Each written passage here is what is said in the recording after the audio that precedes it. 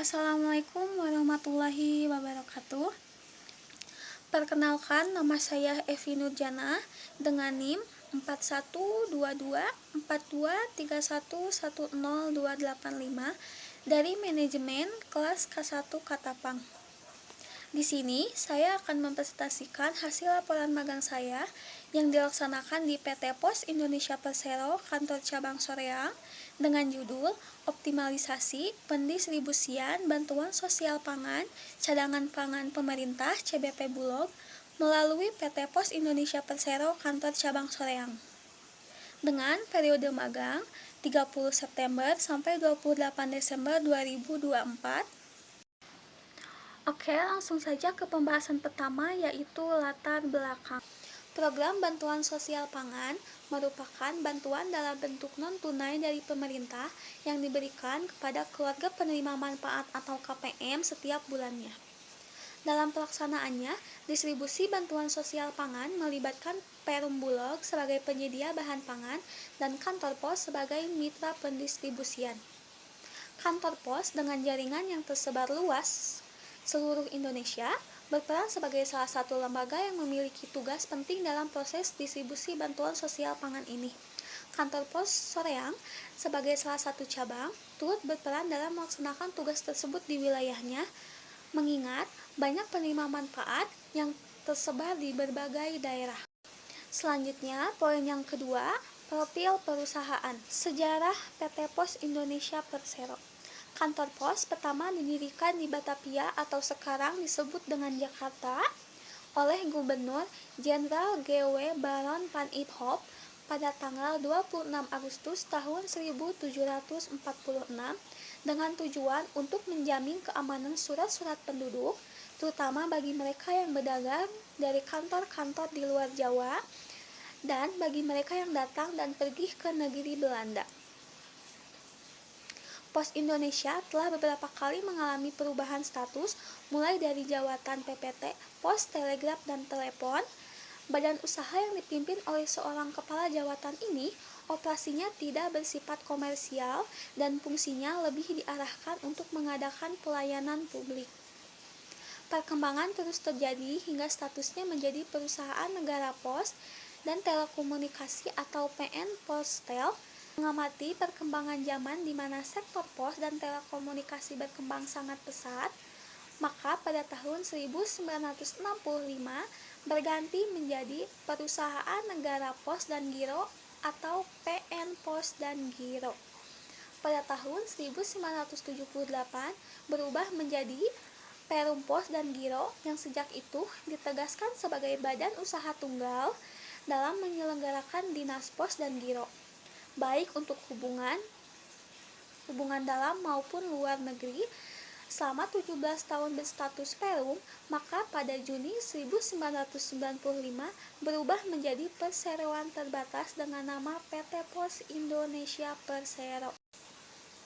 Selanjutnya poin yang ketiga yaitu aktivitas magang. Yang pertama yaitu penyortiran fisik berita acara serah terima penerima bantuan sosial pangan. Jadi di sini saya memeriksa data nama penerima dan memisahkan berkas tersebut sesuai dengan kecamatan dan desanya.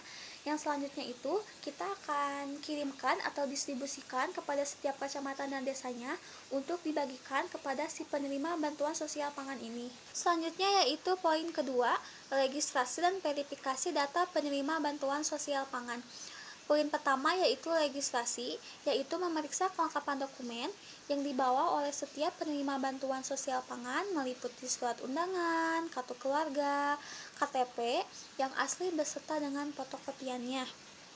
Jadi, penerima bantuan sosial pangan di sini itu akan diminta untuk menandatangani baik yang mengambil atas namanya sendiri, mengambil yang ibunya, suaminya, atau ada juga yang mengambil perwakilan di luar satu kakak atau pergantian. Itu menandatanganinya tidak akan di danom atau data normatif, tetapi di BAST pengganti atau perwakil. Selanjutnya yaitu verifikasi data penerima bantuan sosial pangan, yaitu mengunggah data penerima bantuan sosial pangan seperti kakak, KTP ke dalam aplikasi CBP dengan memilih menu pembayaran yang tertera dalam aplikasi.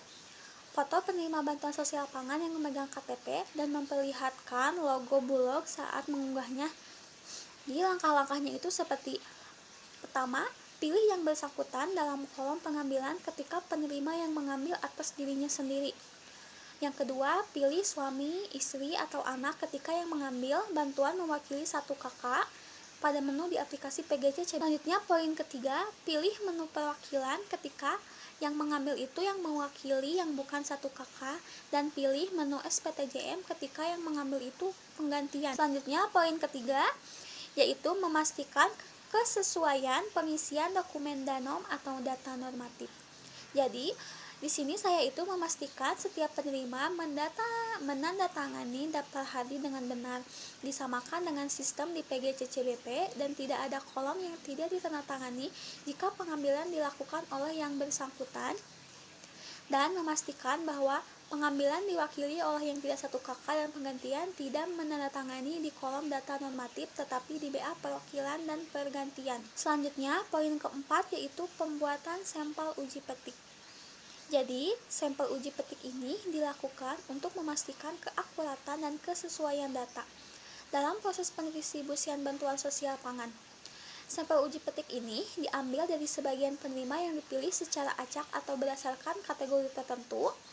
Data pada sampel kemudian diverifikasi ulang dengan mencocokkan dokumen pendukung seperti KK, KTP, serta melakukan klarifikasi langsung kepada penerima atau perwakilannya saat pengambilan bantuan sosial pangan. Kemudian, poin yang kelima yaitu melakukan reposal.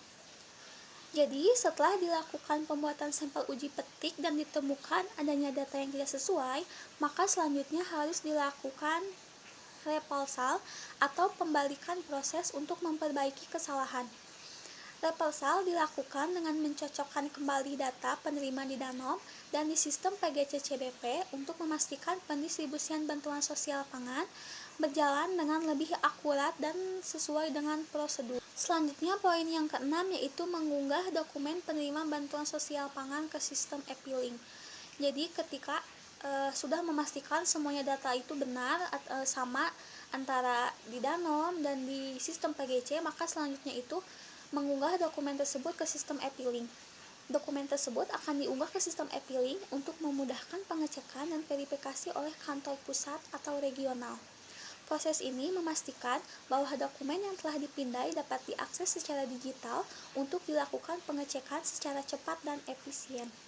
Dan pengunggahan ini juga harus sesuai dengan menu, seperti untuk BAST diunggah di menu BAST, dokumen BA perwakilan diunggah di menu perwakilan, BA pengganti diunggah di menu dengan nama yang sama, dan SPTJM pergantian diunggah di menu dengan yang sama. Selanjutnya, masuk ke poin ketujuh, aktivitas magang. Jadi, selain saya melakukan aktivitas penerima bantuan sosial pangan beras ini, seperti judul yang saya bawa, saya juga melakukan aktivitas atau pekerjaan yang lain seperti di poin 7 ini, yaitu registrasi dan verifikasi penerima bantuan untuk anak yatim piatu, bantuan program keluarga harapan atau PKH, dan penyaluran penerima bantuan AML atau alat masak listrik. Jadi, langkah-langkahnya itu sama seperti memeriksa data dan mengupload ke sistem menggunakan aplikasi PGC dan CBP. Kemudian selanjutnya kita masuk ke poin pembahasan yang keempat, yaitu pembahasan atau hasil analisis saya selama pelaksanaan magang ini. Yang pertama ada alur pendistribusian bantuan sosial pangan. Jadi yang pertama itu diadakan rapat koordinasi antara Bulog, DKPP yaitu Dinas Ketahanan Pangan dan Pertanian, Dinas Sosial, dan Kantor Pos untuk verpal dan verifikasi data KPM keluarga penerima manfaat. Kemudian data tersebut di-share ke pusat untuk dikelola sesuai dengan BNBA by name by address.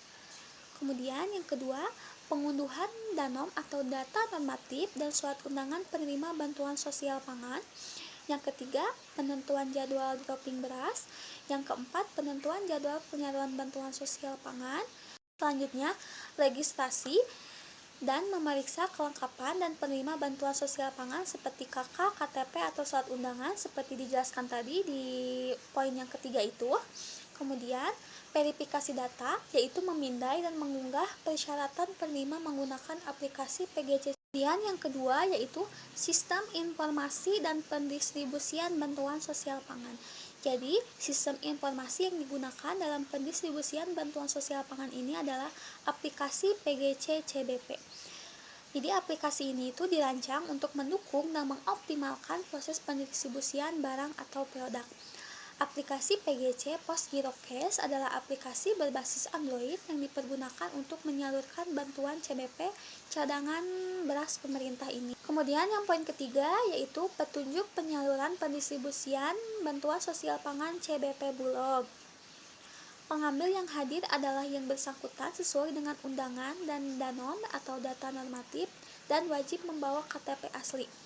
Kemudian, pengambil yang hadir adalah suami atau istri atau anak dari PBP penerima bantuan pangan yang bersangkutan atau disebut dengan perwakilan satu kakak. Pengambil yang hadir adalah perwakilan atau pengganti. Kemudian, poin yang keempat, kendala dalam pendistribusian bantuan sosial pangan ini. Yang pertama, aplikasi PGC CBP sering mengalami gangguan atau error sehingga beberapa data penerima tidak dapat diunggah ke dalam sistem. Kemudian yang kedua, pendistribusian yang dilakukan di luar kantor pos sering menghadapi masalah pengunggahan data di mana banyak penerima yang dipoto menggunakan metode foto dalam foto. Kemudian, saat pengambilan bantuan diwakilkan namun saat pengunggahan data diisi di kolom yang bersangkutan. Hal ini menyebabkan ketidaksesuaian antara data di sistem dan kondisi di lapangannya. Kemudian, masih banyak keluarga penerima manfaat atau KPM yang tidak datang sesuai dengan jadwal yang telah ditentukan. Kemudian yaitu poin yang kelima, solusi untuk mengatasi kendala tersebut.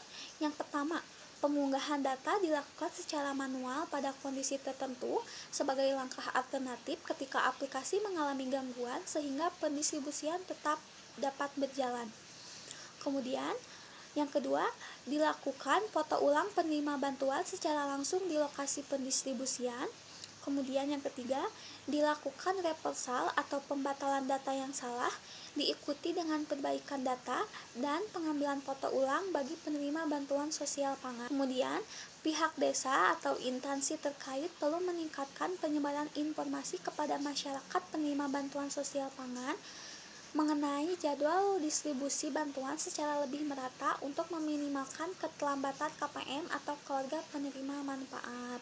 Kemudian selanjutnya poin yang keenam yaitu optimalisasi pendistribusian bantuan sosial pangan. Yang pertama yaitu pelatihan untuk petugas lapangan, yaitu mengadakan sosialisasi lanjutan secara berkala bagi petugas lapangan yang bertugas dalam pendistribusian bantuan sosial pangan ini. Pelatihan ini mencakup penjelasan teknis mengenai penggunaan aplikasi, tata cara pengunggahan data yang benar, dan langkah-langkah mengatasi masalah teknis seperti error pada sistem. Kemudian, memberikan simulasi langsung untuk memastikan petugas memahami prosedur yang baik, termasuk cara mengambil foto penerima bantuan yang sesuai standar dan mengunggahnya ke dalam sistem tanpa kesalahan. Kemudian, menyediakan panduan tertulis atau modul pelatihan yang dapat dijadikan referensi oleh petugas saat menghadapi kendala di lapangan.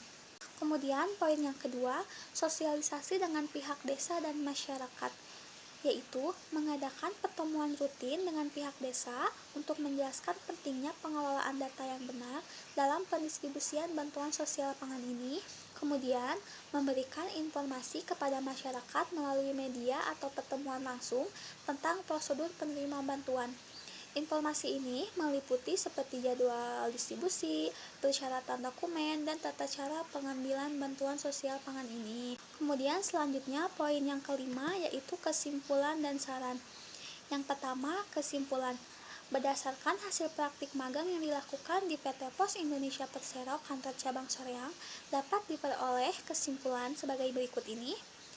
Yang pertama, pendistribusian bantuan sosial pangan cadangan pemerintah di PT Pos Indonesia Kantor Cabang Soreang telah berjalan sesuai dengan standar, namun masih terdapat beberapa kendala seperti kekeliruan data penerima, gangguan pada aplikasi PGC CBP. Kemudian, koordinasi antar pihak terkait perlu ditingkatkan untuk mengurangi kesalahan dan keterlambatan pendistribusian.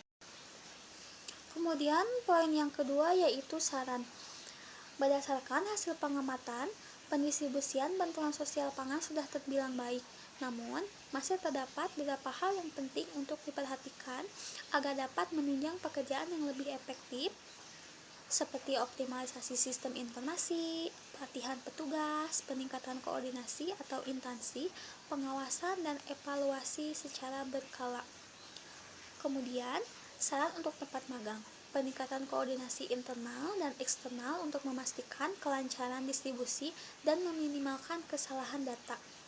Kemudian, saran untuk program studi manajemen, sebaiknya pihak kampus dapat memperluas jaringan kerjasama dengan instansi perusahaan, baik pemerintah maupun swasta. Tujuannya di sini agar mahasiswa bisa lebih mudah pada saat ingin melaksanakan praktik magang ini. Kemudian, poin yang keenam yaitu refleksi diri. Selama kegiatan magang di PT Pos Indonesia Persero Kantor Cabang Soreang, praktikan merasakan betapa pentingnya hubungan antara teori yang dipelajari di perkuliahan dengan praktik langsung di lapangan. Pengetahuan yang praktikan peroleh selama perkuliahan menjadi dasar yang sangat membantu dalam melaksanakan kegiatan magang ini. Proses pembelajaran di kelas yang berfokus pada teori akan lebih maksimal apabila diiringi dengan penerapan praktis di dunia kerja.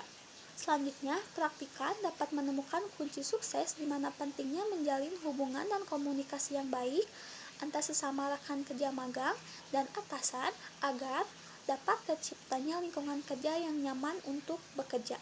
Karena lingkungan kerja pada dasarnya berpengaruh dalam kualitas kerja.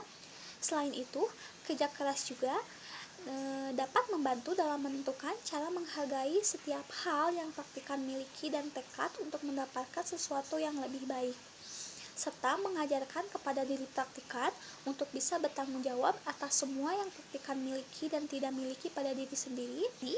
Seseorang harus bekerja keras demi mencapai kesuksesan dalam bekerja. Faktor manajemen waktu juga berperan penting karena dengan menerapkan manajemen tersebut akan menghasilkan kinerja yang bagus bagi instansi, di mana akan mendatangkan kepercayaan dari rekan kerja maupun atasan. Dalam dunia kerja juga harus mematuhi baik norma dan peraturan yang berlaku serta yang telah ditetapkan dalam lingkungan kerja. Sekian presentasi laporan magang saya. Saya ucapkan terima kasih kepada semua orang yang telah membantu saya selama pelaksanaan magang dan pembuatan laporan magang ini. Sekian dari saya. Wassalamualaikum warahmatullahi wabarakatuh.